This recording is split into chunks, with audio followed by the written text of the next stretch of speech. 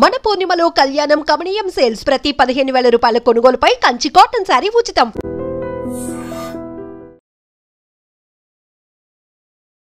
నమస్కారం, welcome to I dream. ధర్మ మార్గం విత్ విజిత కార్యక్రమానికి స్వాగతం.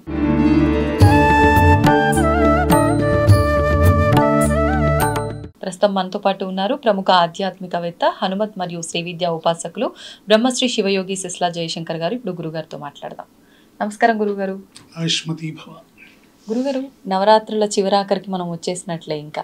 అయితే చాలామంది కంప్లీట్గా ఈ నవరాత్రులు ఈసారి మనకు 10-11 రోజులు కానీ ఎప్పుడైనా 9 రోజులు అసలు మేము ఉపయోగించుకునే లేదండి, అస్సలు కుదరలేదు మాకు ఈ 10 రోజులు కానివ్వండి 11 రోజులు కానివ్వండి నవరాత్రి పూజలు చేసుకోవడానికి అనుకునే వాళ్ళు కూడా ఉంటారు. మరి అటువంటి వాళ్ళు ఒకటే బాధ, అరే ఇట్లాంటి ముఖ్యమైన రోజుల్లో అమ్మని మేము ఆరాధించుకోలేకపోయామే, మరి ఎట్లా ఉంటుంది మా పైన అమ్మవారి అనుగ్రహము అని చెప్పి. అటువంటి వారికి అమ్మ అనుగ్రహం ఉండాలంటే ఏదైనా విధానం ఉంటే వివరించండి. తప్పకుండా అమ్మ. ఎవరైనా సరే ఒకవేళ ఏదేని కారణాల చేత అన్అవాయిడబుల్ సర్కమ్స్టెన్సెస్ మీరు అమ్మవారి పూజ చేయలేకపోయారు ఈ 9 రోజులు అంటే రియల్గా చేయని వాళ్ళు చాలామంది ఉంటారు. అవును. కానీ భక్తి ఉండి చేయాలని ఆసక్తి ఉండి ప్రతి సంవత్సరం చేస్తూ ఈ సంవత్సరం మేము చేయలేకపోయామని బాధపడే వాళ్ళకి కొంచెం బాధ ఎక్కువ ఉంటుంది. అవును, నిజమండి. సో అలాంటి వాళ్ళు విజయదశమి రోజు చక్కగా తలంటు స్నానాలు అవన్నీ చేసుకొని అమ్మవారిని మీ మనసుకు తగినట్టుగా అలంకరించుకొని మీకు తోచిన విధంగా స్తోత్ర పారాయణలు చేసుకొని లలితా సహస్రనామ స్తోత్రం చేసుకోవచ్చు, ఇంకా ఖడ్గమాల స్తోత్రం చేసుకోవచ్చు, లలితా త్రిశతి స్తోత్రరత్నం చేసుకోవచ్చు, అష్టోత్తర శతనామావళి చేసుకోవచ్చు. రకరకాలుగా మీకు కుదిరినవన్నీ, మీకు వచ్చినవన్నీ, మీకు అలవాటు ఉన్నవన్నీ అమ్మవారిని మనం ఏ రూపంలో ఆరాధించినా కూడా అమ్మవారే కాబట్టి మీకు అనుకూలమైన రూపంలో అమ్మవారిని ఆరాధించి మీకు నచ్చిన విధంగా మీకు చేతనైన విధంగా పూజ చేసి కాస్త ఆ రోజు మీరు విశేషమైన నైవేద్యాలు కనుక అమ్మవారికి పెట్టినట్టయితే అమ్మవారికి నైవేద్యాలు చాలా ప్రీతికరంగా ఉంటాయి. ఈ నైవేద్యాలని మీరు క్వాంటిటీ అంటే ఇన్ని రకాలు చేయాలా అనేది కాకుండా ఒక 8 రకాల నైవేద్యాలు నేను చెప్తాను. ఈ 8 రకాల నైవేద్యాలు కూడా అమ్మవారికి చాలా ప్రీతికరమైనవి, ఇష్టమైనవి. లలితా సహస్రనామ స్తోత్రంలో కూడా ఆ నామాలు వస్తాయి అన్నమాట. ఈ నైవేద్యాలకు సంబంధించిన నామాలు. సో ఆ నైవేద్యం పెట్టి మామూలుగా మీరు అన్నం, పప్పు, కూర, పులుసు ఇవి ఎలాగో ఉంటాయి, గారెలు ఇవన్నీ మామూలుగా ఉంటాయి కదా, పిండి వంటలు ఉంటాయి.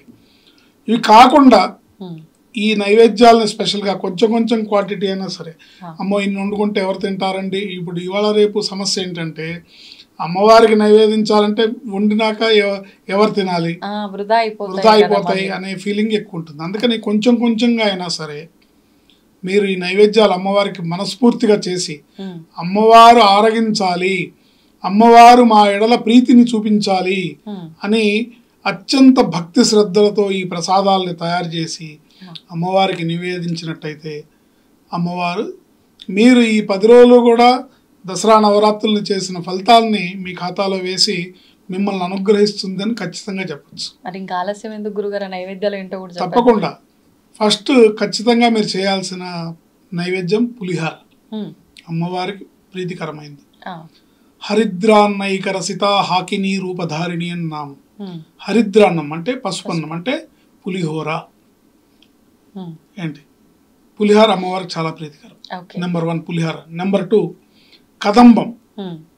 కదంబం అంటే అన్ని రకాల కూరగాయలు వేసి అది ఒక సాంబార్ అన్నం లాగా కదంబం అంటారు. ఈ కదంబం కూడా అమ్మవారికి చాలా ప్రీతికరం. అందులో గుమ్మడికాయ ఖచ్చితంగా ఉండాలి. గుమ్మడికాయ, చిలకడ దుంప, దోసకాయ, ఇంకా మీరు ఏమైనా వేయచ్చు. అన్ని రకాల కూరగాయలు వేసి సాంబార్ అన్నంలాగా చేస్తే అమ్మవారికి అది చాలా ప్రీతికరం. అలాగే దద్దోజనం. దద్దోజనం అంటే పెరుగన్నంలో పోపు వేయడం, కొత్తిమీర కొన్ని మిరియాలు వేసి పోపేస్తే అది దద్దోజనం. దధ్యన్నాసక్త హృదయాయ నమః అమ్మవారికి నామం ఉంది. దధ్యన్నం అంటే అమ్మవారికి ప్రీతికరం. అట్లాగే నెయ్యన్నం. నెయ్యన్నం అంటే ఆజ్యం.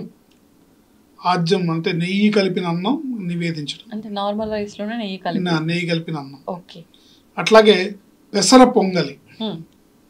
పెసర పొంగలి అంటే హాట్ పొంగలి, పొద్దున పూట టిఫిన్స్ లో చేసుకుంటుంటారు. స్వీట్ కాదు, హాట్ పొంగల్.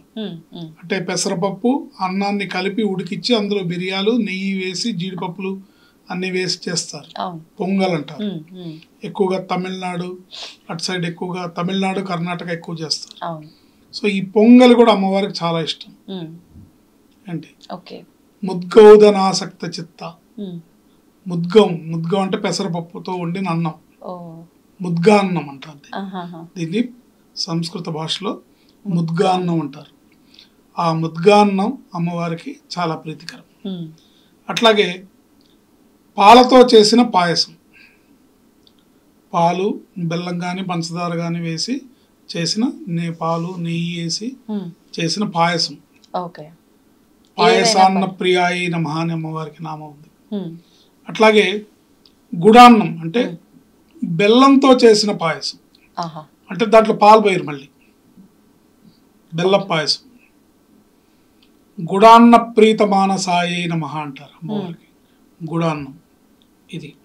అట్లాగే గారెలు, గారెల్లో మళ్ళీ కొంచెం తేనె వేసి తేనె గారెల్లాగా చేయొచ్చు, అదొక రకంగా పెట్టచ్చు. అట్లాగే గారెల్ని పెరుగులో వేసి ఆవళ్ళలాగా పెట్టచ్చు. ఈ నివేదనలన్నీ అమ్మవారికి మనం భక్తి శ్రద్ధలతో ఆ రోజు సమర్పించినట్టయితే, అంటే మీరు శ్రమ అనుకోకుండా ప్రీతికరంగా అమ్మవారు తినాలి అని చెయ్యాలి.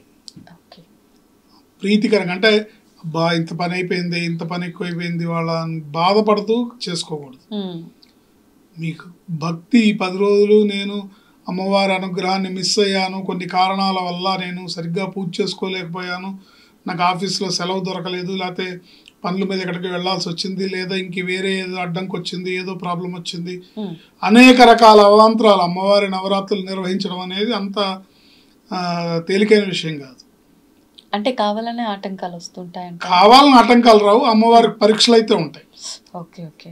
అయితే అమ్మవారి అనుగ్రహం మన మీద, అమ్మవారి దృష్టి ప్రసరణ మన మీద ఉన్నప్పుడేగా పరీక్ష పెడుతుంది ఆవిడ. కాబట్టి దాన్ని గ్రహించుకొని ఆ పరీక్షలన్నింటినీ నెగ్గి మనం కనుక అమ్మవారికి విజయదశమి రోజు ఈ నివేదనలన్నీ చేసి చక్కగా మనస్ఫూర్తిగా పూజ చేసుకొని మీరు దండం పెట్టుకున్నట్టయితే, అమ్మ వచ్చే సంవత్సరం శరన్నవరాత్రుల్లో నేను తప్పకుండా ఎటువంటి ఆటంకాలు లేకుండా నేను పూజ చేసుకుంటాను, నిన్ను మరవను, నీ పాదాలే నాకు శరణం అని చెప్పి మనస్ఫూర్తిగా మీరు వేడుకున్నట్టయితే ఆ శ్రీమాత యొక్క పరిపూర్ణమైన అనుగ్రహం మీకు లభించి విజయాలన్నీ సంప్రాప్తిస్తాయి అని చెప్పడంలో ఎటువంటి సందేహం లేదు. ఓకే గురుగారు, ఇప్పుడు ఒక చిన్న డౌట్, ఏ పని చేసినా కూడా మనం ఖచ్చితంగా గణపతికి నమస్కరించుకొని మొదలు పెట్టాలంటారు కదా. ఇప్పుడు ఇట్లా నవరాత్రుల పూజలు ఇలాంటివి చేసేటప్పుడు కూడా గణపతికి ఆరాధించుకున్నాకే ఎప్పుడైనా సరే ఫస్ట్ గణపతికే పూజ, గణపతికే పూజ చేయాలి. ఓం గణానాం త్వా గణపతిగం హవామహే కవిం కవీనాముపమశ్రవస్తమం జ్యేష్ఠరాజం బ్రహ్మణాం బ్రహ్మణస్పతాన శృణ్వన్నోతిభిः సీదసాదనం ప్రణో దేవి సరస్వతి వాజే విర్వాజినీపతి ధీనావపిత్రియవతు అని గణపతిని తర్వాత సరస్వతీదేవిని నమస్కరించుకున్న తర్వాతే మిగతా ఎవరికి సంబంధించిన పూజలైనా చేస్తారు. ఇలా మనం విజయదశమి రోజు చేస్తున్న ఈ పూజా విధానంలో కూడా ఏ పూజ అయినా సరే చేసుకుంటే ఇంకా బాగుంటుంది. ఏ పూజ అయినా సరే స్టార్టింగ్ ఈ గణపతిని పూజించాల్సిందే, సరస్వతీదేవి అమ్మవారిని స్మరించుకోవాల్సిందే. ఎందుకంటే బుద్ధిని జ్ఞానాన్ని విద్యని ప్రసాదించే ఆ చదువుల తల్లిని స్మరించుకున్నట్టయితే మనం చేసే పూజల్లో ఎటువంటి లోపాలు జరగకుండా, ఎటువంటి దోషాలు దొరలకుండా కరెక్ట్గా చేస్తాము. సంతోషం గురువుగారు, నిజంగా చాలా మందికి ఉంటుంది, అంటే ఒక చిన్న ఎక్కడో ఒక ఇబ్బంది, అరే నేను ఈ సంవత్సరం చేసుకోలేకపోయానని, అటువంటి వాళ్ళకు ఒక మంచి విధానాన్ని తెలియజేశారు గురుగారు. లలితా అమ్మవారి అనుగ్రహం మన పైన ఉండటం వల్ల, ఈ పారాయణం చేయటం వల్ల అసలు ఏం జరుగుతుంది అని అంటే ఒక్క మాటలో చెప్పాలంటే ఏం చెప్తారు? లలితా స్తోత్ర పారాయణ, లలితా విద్య అమ్మవారి అనుగ్రహంతో సాధకులకు లభించేది ఒక్క ముక్కలో చెప్పాలంటే భుక్తి ముక్తి ప్రదాయిని. అంటే భుక్తి, నీకు జీవితంలో తిండికి బట్టకి దేనికి లోటు లేకుండా. అంత్యాన మోక్షప్రదాయిని, భుక్తి ముక్తి ప్రదాయిని చెప్పచ్చు. ప్రతి ఒక్కరికి కావాల్సింది ఇవే. కాబట్టి అందరూ అమ్మని పట్టుకుంటే సరిపోతుంది. గురుగారు, మరి ఇప్పుడు ప్రతి ఒక్కరికి కూడా కోరికలు ఉంటాయి. ఇలాంటి ఐహిక సుఖాలకు సంబంధించిన ప్రత్యేకంగా కోరికలు కోరుకునేటప్పుడు ఇలాగే కోరుకోవాలి అనే ఏమైనా కండిషన్ అనేది ఏమైనా ఉందా అమ్మవారి దగ్గర? ఇలా కోరుకోవాలి అని అంటే అమ్మవారిని మీరు ఏది అడిగితే అది అనుగ్రహం ఇస్తుంది.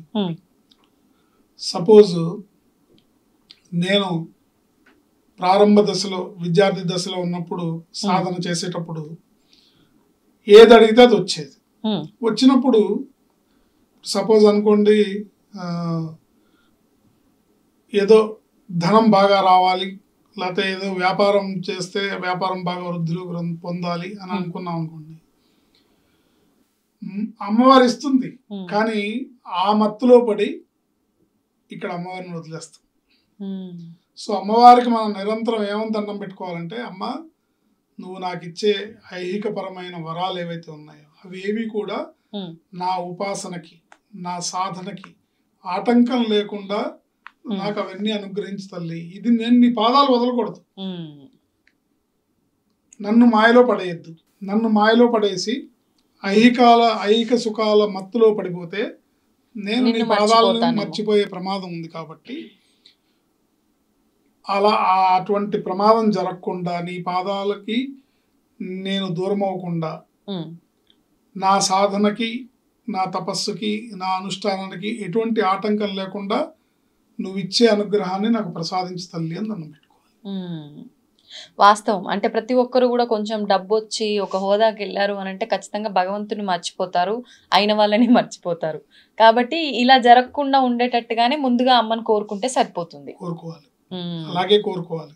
కోరుకోవటం వల్ల అప్పుడు ఆవిడ మనకిచ్చే వరాలు ఏవైతే ఉన్నాయో, అనుగ్రహం ఏదైతే ఉందో, ఐహికపరమైన సుఖాలు ఏవైతే ప్రసాదిస్తుందో వాటిని తామరాకు మీద నీటి బుట్టలాగా అంటిముట్టనట్టుగా వాటిని అవసరాల వరకు వాడుకొని, అంతే ప్రధాన లక్ష్యంగా మనకు అమ్మవారి పాదాలని ఆశ్రయించటమే కాబట్టి దాన్ని వదలకుండా మనం మన సాధన జరుగుతూ ఉండాలి.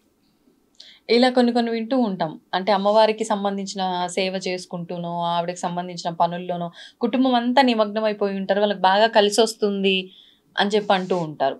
అంటే ఎటువంటి కల్మషం లేకుండా అమ్మవారినే పట్టుకొని ఉంటారు కాబట్టి అన్ని అమ్మ చూసుకుంటుంది వాళ్ళకి సంబంధించి అన్నట్టుగా. అమ్మదయ ఉంటే అన్ని ఉన్నట్టే. గురుగారు, మీరు ఇప్పుడు సాధన అంటుంటారు, సంపద అంటుంటారు. సంపదకి సాధనకి మధ్య సంబంధం ఏదైనా ఉందా? తప్పకుండా ఉంటుందమ్మా. సంపద మన సాధనకి ఆటంకం అవ్వకూడదు. మన సంపద మన సాధనకి, మన ఉపాసనకి, మన అనుష్ఠానానికి ఆటంకంగా మారకుండా ఉండే సంపద మనకు రావాలి. మన సంపద అనేది ఉంది అని అంటే అది ఐహికంగా మనం సుఖపడడానికి తల్లి ప్రసాదించింది కాబట్టి ఆ సంపద మాయలో పడి మన సాధనకి విఘ్నం కలగకూడదు. ఆ విఘ్నం కలగని విధంగా అమ్మవారి సేవలో మనం నిమగ్నమైతే నిరంతరం ఆవిడ అనుగ్రహం మన మీద ఉంటుంది. ఇప్పుడు ఈ నామాల్లోంచి కూడా ఒక్కొక్క నామం చేసుకుంటే ఒక్కొక్క ఫలితం అని చెప్పి ఒక్కొక్కరికి ఒక్కొక్క, అంటే గురు ఉపదేశం ద్వారా తీసుకున్నా, లేదంటే మా కామ్యం ప్రకారంగా ఇది చేసుకున్నా, లేదు ఇది మాకు ఇష్టమైన స్తోత్రమనో, ఈవిడ మాకు ఇష్టమైన అమ్మవారనో ఇలా మాట్లాడుకుంటూ ఉంటాం. ముఖ్యంగా ఈ లలితా సహస్రనామాల్లోంచి అమ్మవారికే ప్రీతికరమైన నామం ఏదైనా ఉందా గురుగారు? మొత్తం లలితా సహస్రనామ స్తోత్రం మొత్తం అమ్మవారికి ప్రీతికరమైంది. అందులో ఏ నామమైనా అమ్మవారికి ప్రీతికరమైంది. అయితే మీరు అది సాధన చేస్తూ ఉంటే అందులో కొన్ని విశేషమైన పదాలు, వాక్యాలు ఉంటాయి కాబట్టి మీకు ఏదైనా విశేషమైన కామ్యం కావాలనుకున్నప్పుడు అందులో ఆ నామాన్ని ఎక్కువగా ఉచ్చారణ చేసుకోవడం వల్ల, అనుష్ఠానం చేసుకోవడం వల్ల మీకు ఆ కామ్యాలు నెరవేరుతాయి. కానీ మొత్తానికి అమ్మవారికి ప్రీతి కలిగించేది ఏది అంటే మొత్తం సహస్రనామ స్తోత్ర పారాయణ ఆవిడకి అత్యంత ప్రీతికరంగా ఉంటుంది. ఓకే గురుగారు, సాధన విషయానికి వస్తే సాధన అనేది ఎప్పుడు ఏ రకంగా ఉండాలి? సాధన ఎప్పుడు కూడా సాత్వికంగా ఉండాలి తప్ప ఉగ్ర రూపంలో ఉండకూడదు. అంటే ఏ రకంగా గురుగారు? ఏ రకంగా అంటే కొంతమంది తెలిసి తెలియకుండా, ఇప్పుడు అమ్మవారి అనుగ్రహంతో ఒక్కొక్కసారి కొంతమందికి వాళ్ళకి కొన్ని తెలిసి తెలియకుండా కొన్ని జరుగుతూ ఉంటాయి. అంటే ఇతను ఒక మాట అనగానే ఆ మాట అక్కడ నెరవేరడం, ఇతను ఏదంటే అది జరగటం, ఇలాంటివి వచ్చినప్పుడు కంట్రోల్డ్గా ఉండి ఇంకా అంటే నాకు అమ్మవారి అనుగ్రహం లభించేసింది, నేను ఏదంటే జరిగిపోతుంది అనే అహంకారంలోకి కానీ ఏ విధమైన అహంకారంలోకి వెళ్లకుండా ఎటువంటి ఉగ్రపరమైన డెసిషన్స్ లేకుండా, అంటే నేను ఒక మాట అన్నాను అనుకో నువ్వేమైపోతావో తెలుసా అని ఇలాంటి సాధన ఎప్పుడు కూడా సాత్వికంగా ఉండాలి, సాత్వికమైన ఆలోచనలతో ఉండాలి. 10 మంది శ్రేయస్సుని కోరుతూనే ఉండాలి, 10 మంది శ్రేయస్సుని కోరుకుంటూనే మనం అమ్మవారి పాదాలను ఆశ్రయించాలి. అందరూ అమ్మవారి బిడ్డలు, ఈ సకల చరాచర సృష్టి మొత్తం అమ్మవారి బిడ్డలు కాబట్టి ఎదుటివారిలో అమ్మవారి రూపాన్ని అమ్మవారిని మనం చూడగలిగినప్పుడే మనం భక్తులం అవుతాం. సాత్విక చింతనతో మాత్రమే అమ్మవారి చింతకు మనం చేరగలుగుతాం. నిజంగా అంటే ఇప్పుడు మీరు చెప్పినట్టుగా చూస్తే అమ్మవారికి సంబంధించిన భక్తుడు ఈ రకంగానే ఉండాలి అన్నారు. ఆ రకంగా ఉండాలంటే అసలు అమ్మవారి పైన చింతన ఏ రకంగా ఉండాలి? ఆ భక్తుడికి ఒక ఉపాసకుడుగా ఉన్నవారు ఏ రకంగా ఉంటారు? అసలు నిజంగా అమ్మవారిని ఉపాసించి అమ్మవారి తత్వాన్ని అర్థం చేసుకున్న వాళ్ళు నిరంతరం సాత్వికమైన సాధనలో ఉంటారు, తాత్వికమైన చింతనలో ఉంటారు. అంటే సాత్వికం అంటే ఎదుటివారి యందు ప్రేమానురాగాలతో భూతదయని కలిగి సాటివారి యందు అవ్యాజమైన ప్రేమతో సవ్యాజమైన కరుణతో అమ్మవారి తత్వాన్ని మనం అవగాహన చేసుకొని కొన్నాళ్ళకి మనమే అమ్మగా మారిపోవాలి. అందుకే ఉపాసనలు పీక్ స్టేజ్లో ఉన్నవాళ్ళు ఈ 10 రోజులు దసరా నవరాత్రులు అమ్మవారి వేషంలోనే ఉంటారు. ఉదాహరణకి మీరు గణపతి సత్యానంద స్వామీజీ వారిని చూసినట్టయితే ఈ 10 రోజులు కూడా ఆయన చీర కట్టుకుంటారు, కాళ్ళకి పసుపు రాసుకుంటారు, పారాన్ని పెట్టుకుంటారు,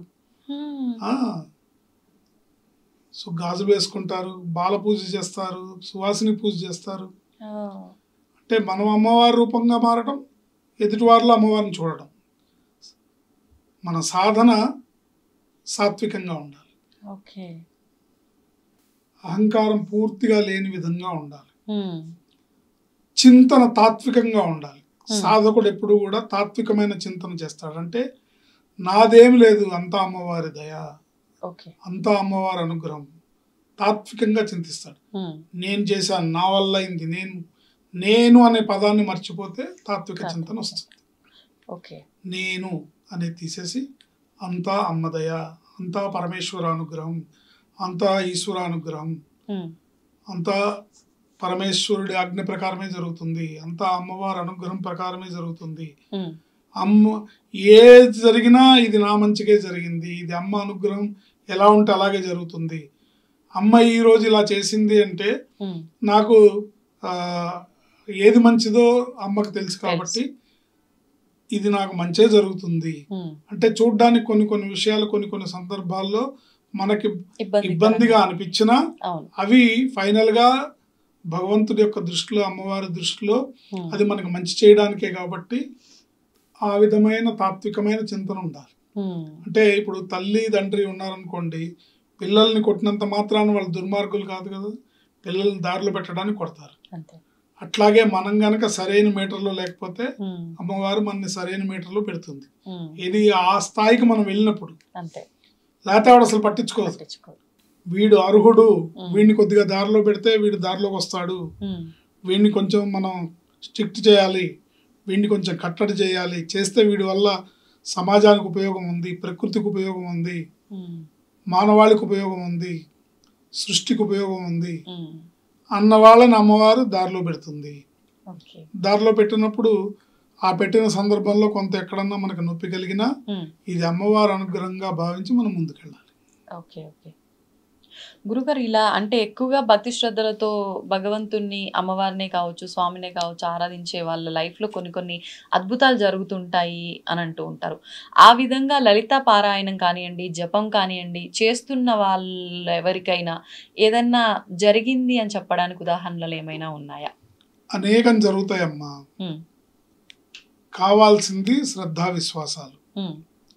భక్తి శ్రద్ధలతో అమ్మవారి సాధన చేసే వాళ్ళకి అంతిమాన లభించేది ఏంటి అని ఒక ప్రశ్న మీరు కనుక వేసినట్టయితే, అంటే మీరు అడిగిన ప్రశ్నకి సూట్ చేసే ప్రశ్న అది.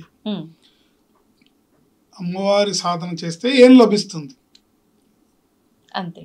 విజయవాడ మార్గంలో పయనిస్తే విజయవాడ వస్తుంది, తప్పకుండా వస్తుంది.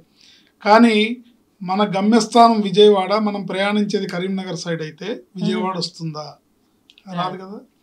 అట్లాగే అమ్మవారి సాధన ఏ విధంగా చేయాలో, అమ్మవారి ఉపాసన ఎలా చేయాలో, ఆవిడ అనుగ్రహాన్ని ఏ రీతిలో పొందాలో అది చేయడం అనేది పండితులకైనా పామర్లకైనా సాధ్యమే.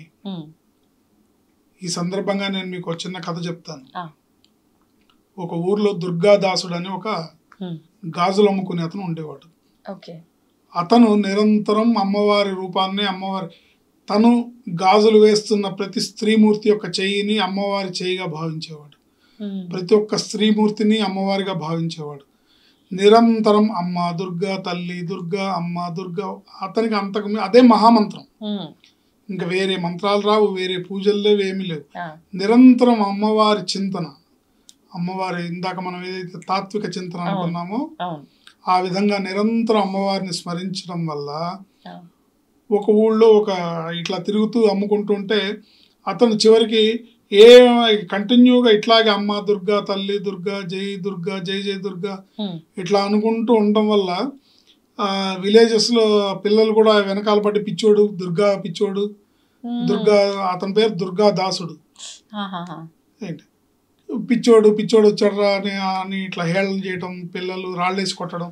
రాళ్ళేసి కొట్టినా కూడా అతను అదే మాట అమ్మ దుర్గా, తల్లి దుర్గా అంటుండేవాడు.